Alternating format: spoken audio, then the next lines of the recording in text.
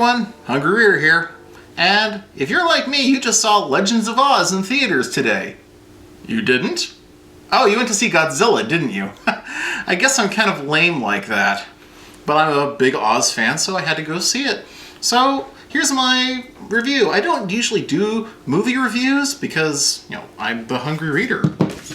I do books, but this was a relevant book to my interests. So, that's based on a relevant movie. Movie based on a book. Boy, this is why I don't do a lot of film criticism. Legends of Oz. The movie Legends of Oz, Dorothy's Return is based on the book Dorothy of Oz by Roger S. Baum. Do you think that the names are a little similar? Roger S. Baum, L. Frank Baum? You're right! It's L. Frank Baum's great-grandson, who was formerly something else, a certified public accountant, I think.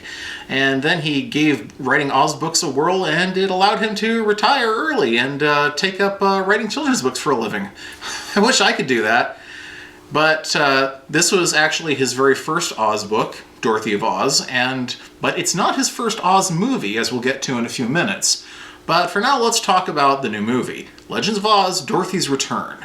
If you've heard anything about it, it might be that it's not doing great at the box office because it's not getting very good reviews. It's got a 13% on Rotten Tomatoes right now. That's like lower than Revenge of the Fallen. But the thing is, that doesn't mean that it's a absolutely rock bottom terrible movie. It just means that, all the critics, 85% or whatever the critics were like, leaning toward And that's pretty much how I would describe it. It's a C movie, a C-, maybe a B- if you're like me and you're such a huge Oz fan that you're willing to give a lot of passes to it. So the movie begins, and you're immediately faced with this huge and confusing time paradox. The movie begins in Oz with King Scarecrow, the Tin Woodman. Actually, he's just the Tin Man. He never even holds an axe in this. And the lion, no longer the Cowardly Lion, as he himself says, walking worriedly through the halls, talking about, we're gonna need Dorothy's help for this one. Thank you both for coming. Emerald City needs all the heart and courage it can get right now. You can count on us. These characters are voiced, respectively, by the Scarecrow is Dan Aykroyd, doing his weird Dan Aykroyd voice. He doesn't really seem to have many voices. The Tin Woodman is Kelsey Grammer, which I guess is okay. And the Cowardly Lion is Jim Belushi, who is the worst person in the world, but it's kind of in character with how Roger Baum portrays the Cowardly Lion for some reason. So at first they're concerned about bringing Dorothy back because it's been so long, do you think she even remembers us?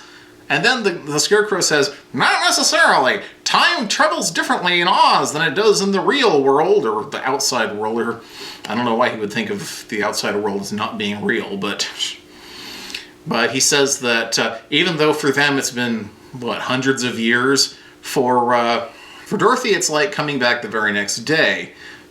Then we cut to Dorothy, who is just waking up in the Kansas house.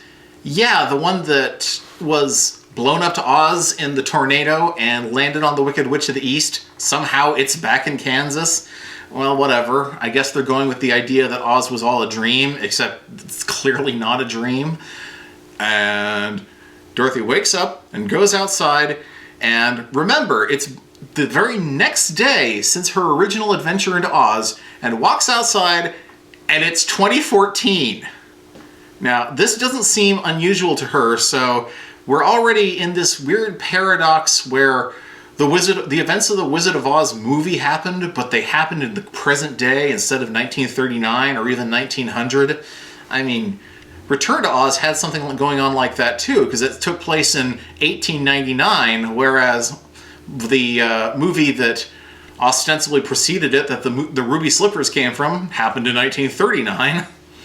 But this one is even more confusing. So Dorothy steps outside into 2014 Kansas, and that's when the Scarecrow shoots this rainbow beam all the way from Oz to Kansas to come and teleport her back. And that leads to one of the funniest scenes, because Dorothy's been wandering around looking at the wreckage left by the tornado, people's cars turned upside down, stores destroyed, and then she happens to go over a hill and she sees a beautiful rainbow, and then the rainbow tilts toward her. It looks like a cardboard cutout is starting to lean over, and she goes, huh. I thought that was funny. So the Rainbow Bridge grabs Dorothy and starts teleporting her back to Oz, and the Scarecrow starts talking to her via radio, telephone, or something like that. And then the bridge gets cut off halfway through, and she finds herself lost in Oz and has to make her way to the Emerald City again. So you know how this kind of thing goes. She always ends up making new friends along the way, that kind of thing. And the first person that she meets is a owl with a weight problem. You are a fabulous owl. My name is Wiser. Yeah. His name is Wiser. He's played by Oliver Platt, and his problem is that he can't fly because he's too fat. I would actually suggest that the reason he can't fly is because he's friggin' 8 feet tall, and most birds that tall can't fly anyway.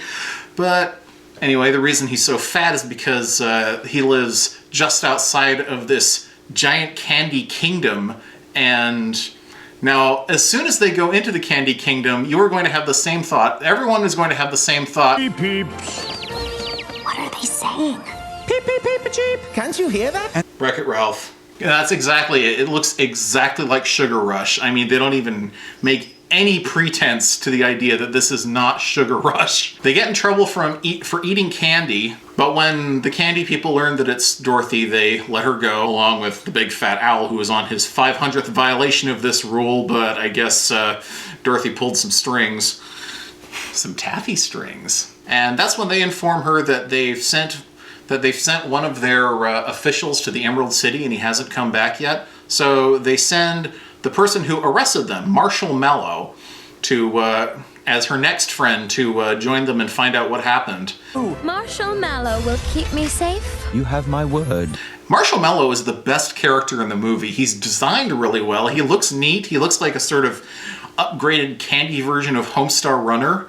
And he's got a great singing voice that pops up a couple of times in the movie. And he actually has a character progression. He actually changes over the course of the movie, which you cannot say for Dorothy or Wiser or anyone else, really. So he's the best. I would love to see more of Marshall Mallow. Their next stop is actually somewhere that you saw in the book, the Dainty China Country. And if you saw my old Oz review, my original Wizard of Oz review, I said that the Dainty China Country was going to show up in this next movie. And it did! Applause, please. So they go to the Dainty China Country, and there's a princess who's taking interviews for suitors, this China princess, and the marshal falls for her. And she ends up going with them because, well, she's really kind of mean for the most part, but she goes with them just because it's her princessly duty to... She's cute. Appearance isn't everything. The name's Mallow, not Shallow. She goes with them and we never really find out why. Oh, and don't forget the joke they make when they first arrive in the China Country. They come to the big wall of the city and Marshall Mallow says, "What a great wall!" And that's actually kind of funny, but then they have to totally ruin it when Dorothy goes, "It's China." And Marshall goes, "What a great wall of China." It put me in these, and then the flashback to that one scene in Monsters vs. Aliens where the Gillman type character makes this incredibly belabored reference to an inconvenient truth. I hate when people do that. I hate when it's so important to... Wait, I don't hate when people do that. I do that myself all the time.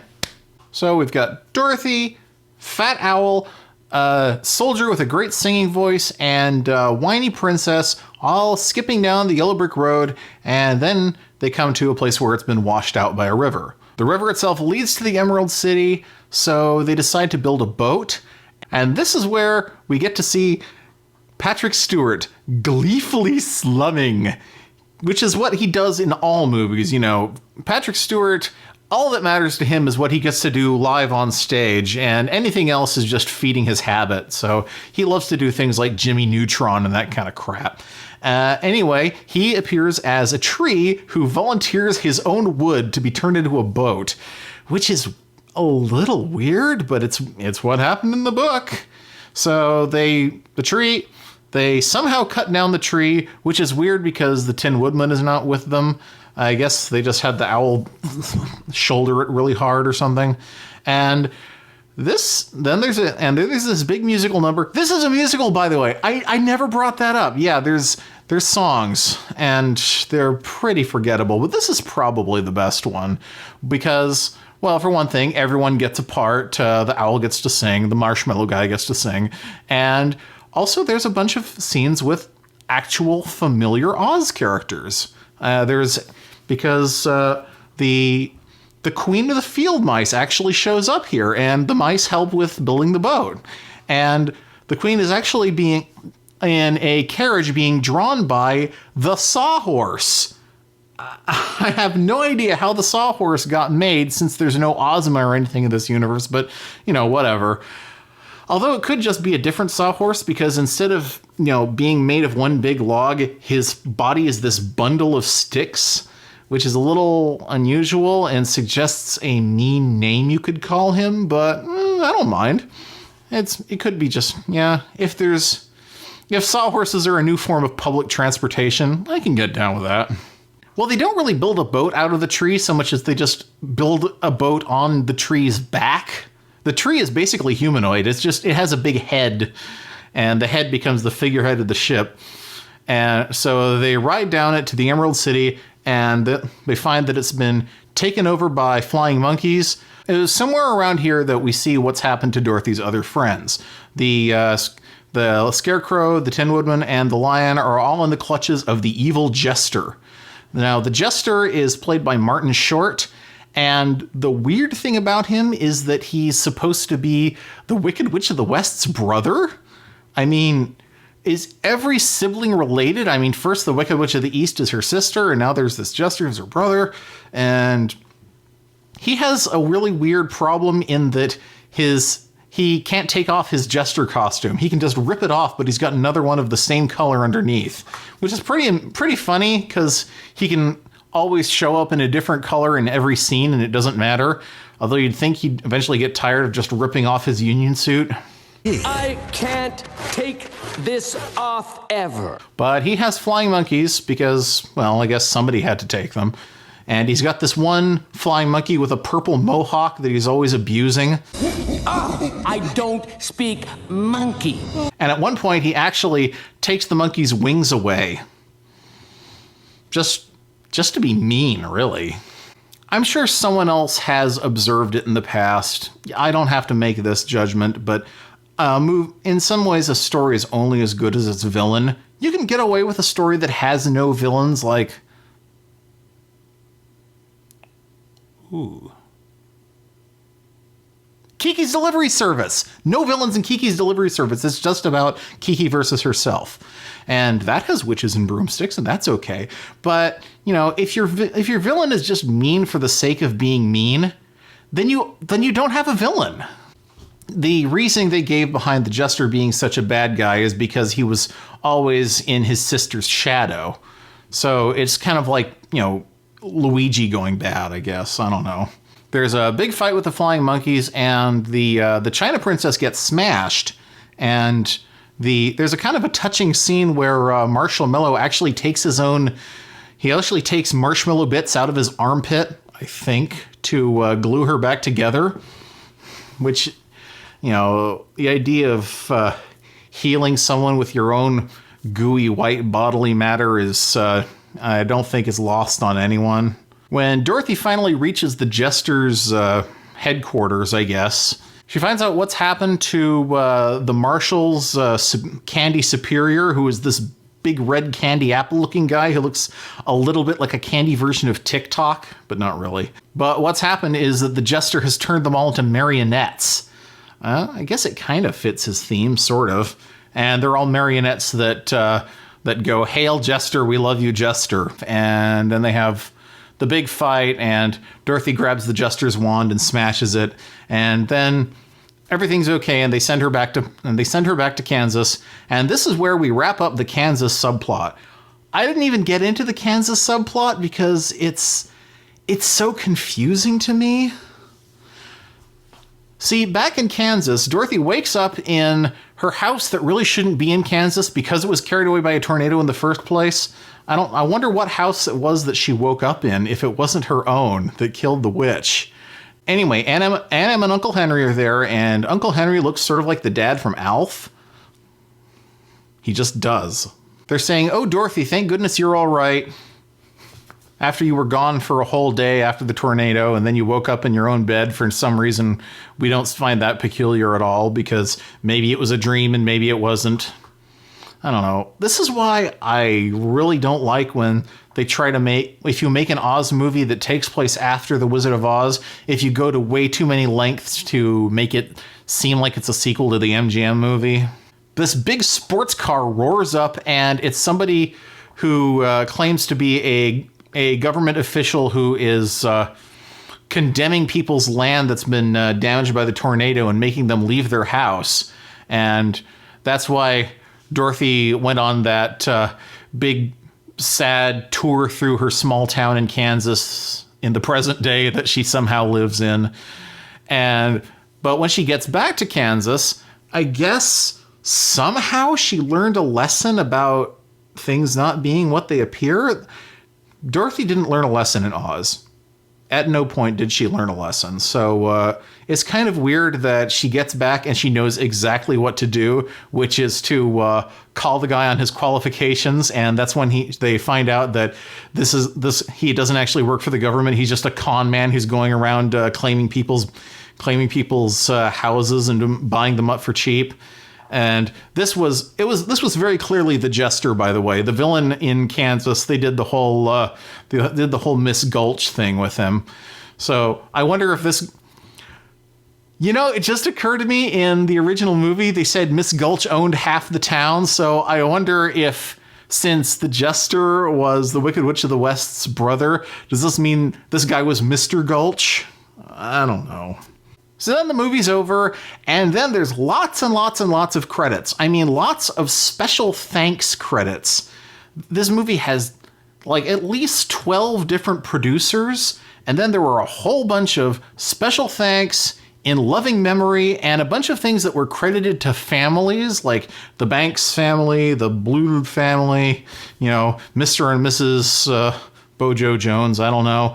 And my mom went to see this movie with me. We were just watching the names go by, and eventually I was like, was this funded through Kickstarter or something? Or is this just a whole bunch of, I can't pay you, but I'll put you in the credits kind of thing? I don't know. So, yeah, it was a fairly solid C movie. It moves up to a B if you're a hardcore Oz fan, or if you are like me, the kind of person who likes not super great movies. I mean, some people think I have terrible taste in movies anyway, just because I love Return to Oz so much. So if you like weird partial sequels to MGM's Wizard of Oz, you'll like this. And then there's the book. I don't own a copy of Dorothy of Oz. I might buy it on Kindle at least or something to compare. But I did some more research. I remembered reading it as a kid and liking it enough, I guess. What's interesting about it is that I would say the movie, which I gave a solid C to, was better. I think the movie made a lot of big improvements on the book, kind of like the Twilight movies in that respect. One of the biggest ones was that in the book, well, for one thing, there are a lot of original characters. I mean, Weiser, the owl, he was in the book, but he looked really weird. He was like a half owl, half ostrich, something or other. Maybe that's why he's so gigantic in the movie. And Marshall Mallow, he's not in the book. Not at all. He's a completely original character of the movie. There's a character who's like the Grand High Marshmallow or something, who's actually, I think he evolved into Wiser because he's like the king of the candy kingdom who eats too much. And he has this weird epiphany where, oh, maybe I should only eat marshmallow since I'm made of marshmallow. And I'm made of meat. Maybe I should only eat meat. Human meat. So the best character in the story was made up for the movie. So that's a good thing right there. But the peculiar thing about it is that the jester is completely changed.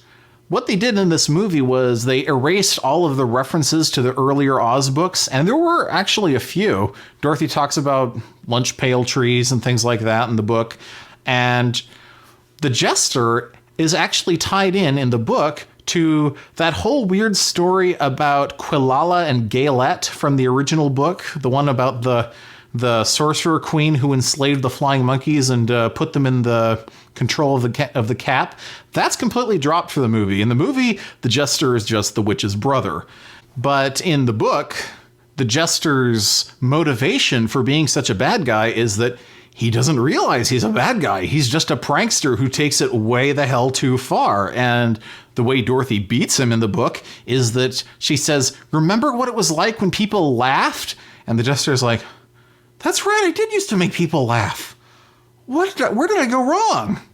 Which I think is a nice touch, but if you know me, you know that I like stories where the villains don't get destroyed, they get reformed. I think this is because when I was a kid, I really loved the Care Bears movie too, A New Generation, where the terrifying dark heart monster becomes a good little boy. Don't judge me. So that's the movie version of Roger S. Baum's first book. But it's not the first movie based on a Roger S. Baum book. That would be Lion of Oz, based on his book Lion of Oz and the Badge of Courage. I'm Lion, and Woo! I'm not dead! I'm not dead! Hoo-hoo! This is Silly Oswald. This movie you can actually see on, no, not Netflix, Hulu. Yeah, I was surprised too. The whole movie is available to watch on Hulu, and I had a look at it before I went to see Dorothy of Oz, or Legends of Oz, Dorothy's Return. He must have been, I think he was prouder of Lion of Oz, and I think that as it is, Lion is kind of a more ambitious story, at least, than Dorothy of Oz, because Lion of Oz is a prequel, which is about how the Cowardly Lion came to Oz. And it posits that the lion was actually a member of the same circus that the wizard was in, and they came to Oz in the same balloon, which is kind of weird. You'd think that Oz would have recognized the lion when he saw him, but You see, I need the flower to rescue my best buddy Oscar. The Wicked Witch of the East is holding him prisoner. There are a number of things that this movie has in common with the movie Lion of Oz. One of which is that the Cowardly Lion, played by Jim Belushi in the new movie, and Jason Priestley in Lion of Oz, the lion is portrayed as full of bravado and really likes to quip, which is about as far from the Bert Lahr, put him up, lion as you can get. So I can only unwittingly approve, even if it doesn't seem much like my interpretation of the lion. At least he's in it. Also, Lion of Oz includes flying monkeys. I mean, a lot of them. What is it? I'm busy. I guess that ties in with the book in Dorothy of Oz, since it's about someone who is related to the whole Quilala and Gaelette massacre. But something tells me that Mr. Roger S. Baum was a lot more influenced by the movies than he was by his grandfather's books, because the flying monkeys only ever appear in one book, but in one original Baum book, but they are all over Roger S. Baum's books. So I think he was pretty well scared by them when he was a kid.